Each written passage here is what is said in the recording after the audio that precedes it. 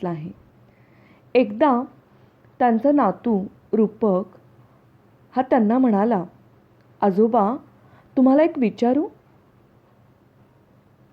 ते म्हणाले, विचार की, काय हवंय? आजोबा तुम्हाला कविता कशा येतात? कशा येतात म्हणजे त्यात तुमच्याकडे कशा येतात? ते रूपकला जवळ घेऊन त्याचा पापा घेत हसत म्हणाले, अशा. त्यांचं हे उत्तर ऐकून तो हसला.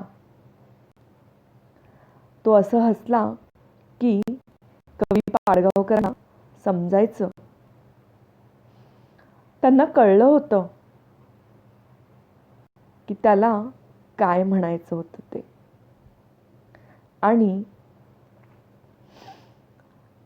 आणखी काही प्रश्न विचारण्याची गरज त्याला वाटली नाही. याच्यावरून त्यांचं हे उत्तर त्याच्यापर्यंत पोहोचलं आहे असं त्यांना वाटलं. खरं तर ते म्हणतात, काही गोष्टी अंतःकरणाला समजतात, सगळ्या गोष्टी बुद्धीने समजतात असं मानण्याचं कारण नाही. फुलणारं फूल, पावसाच्या कोसळणाऱ्या धारा, निळा चिमुकला झरा, खिडकीतून हळूच आत आलेलं चांदणं, या सगळ्या गोष्टी आपल्या अंतःकरणाला समजतात. कविता ही अशीच आपल्या अंतःकरणाला समजणारी गोष्ट आहे. शब्दांचा अर्थ कळला, शब्दाच्या संग्रहात भर पडली, व्याकरण सुधारलं, नैतिक उपदेश लाभला, छंदाचं वृत्ताचं नावगाव ठाऊक झालं, विचारलेल्या प्रश्नांची उत्तरं परीक्षेत लिहिता आली आणि भरपूर मार्क मिळाले म्हणजे कविता कळली असं थोडंच आहे. कवितेचा आनंद ज्याला घेता आला त्याला कविता कळली. एखादं सुंदर फुललेलं फूल घेऊन ते आपल्या गालाला हलकेच लावावं, त्याचा स्पर्श आपल्याला जाणवतो ना, अगदी तितकाच खरा कवितेचा स्पर्श आपण अनुभवू शकतो. पण कवितेचा आनंद घेता आला तरच कवितेचा असा हळूवार स्पर्श होतो. आनंदी आनंद घडे, इकडे तिकडे चोहीकडे, असं कवितांतून अगदी मन मोकळं फिरता भटकता आलं पाहिजे, नाचता बागडता आलं पाहिजे. आपण बहुतेक माणसांनी कविता वाचलेल्या असतात, पण त्या फक्त परीक्षा देण्यासाठी.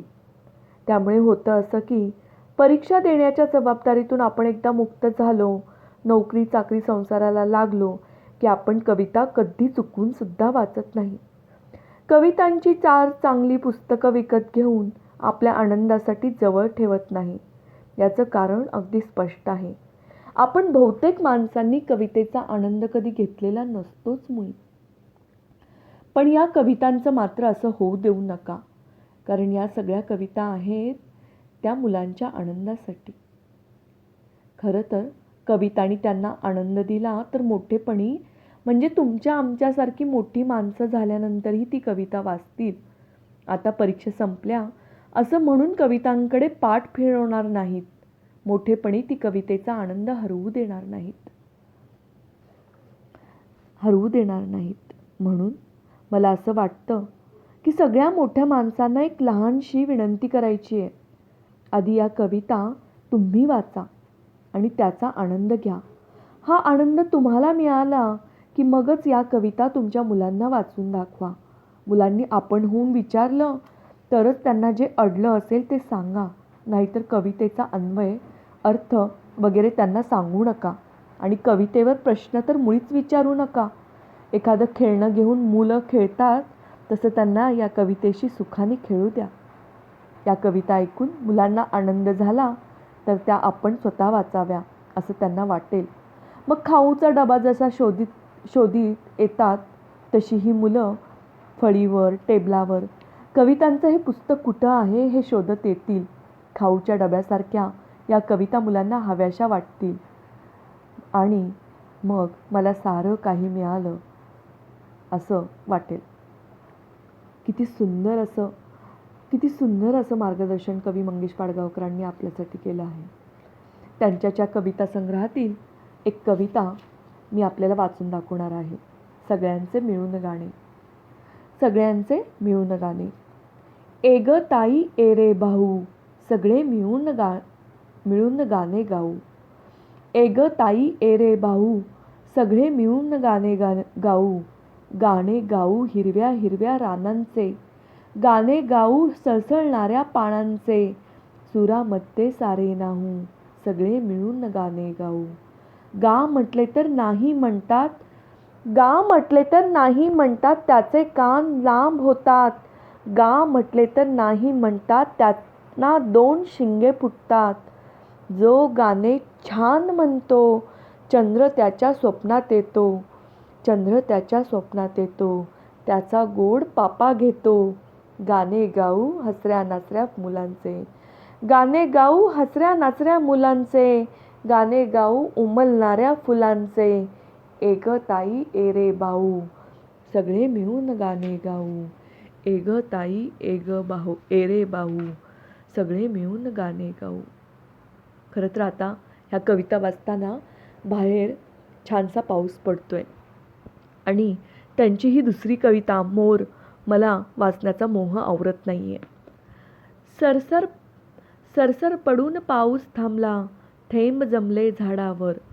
सरसर पडून पाऊस थांबला, थेंब जमले झाडावर. कुठून तरी येऊन बसला मोर माझ्या घरावर. सरसर पडून पाऊस थांबला, थेंब जमले झाडावर. कुठून तरी येऊन बसला मोर माझ्या घरावर. छुमक छुम करीत पाय त्याने मान हलवली, इथे बघत तिथे बघत पिसे सगळी फुलवली. छुमक छुम माझ्या लाडक्या मोरा, छुमक छुम तुला घालीन चारा. मी पुढे जाईन हे म्हटले गोड गाणे, माझ्यासाठी एक पीस खाली टाकले त्याने. मी पुढे जाऊन हे म्हटले गोड गाणे, माझ्यासाठी एक पीस खाली टाकले त्याने. माझ्यासाठी एक पीस खाली टाकले त्याने. किती सुंदर. कवी मंगेश पाडगावकरांचा हा बालकविता संग्रह आपण नक्की वाचा. धन्यवाद.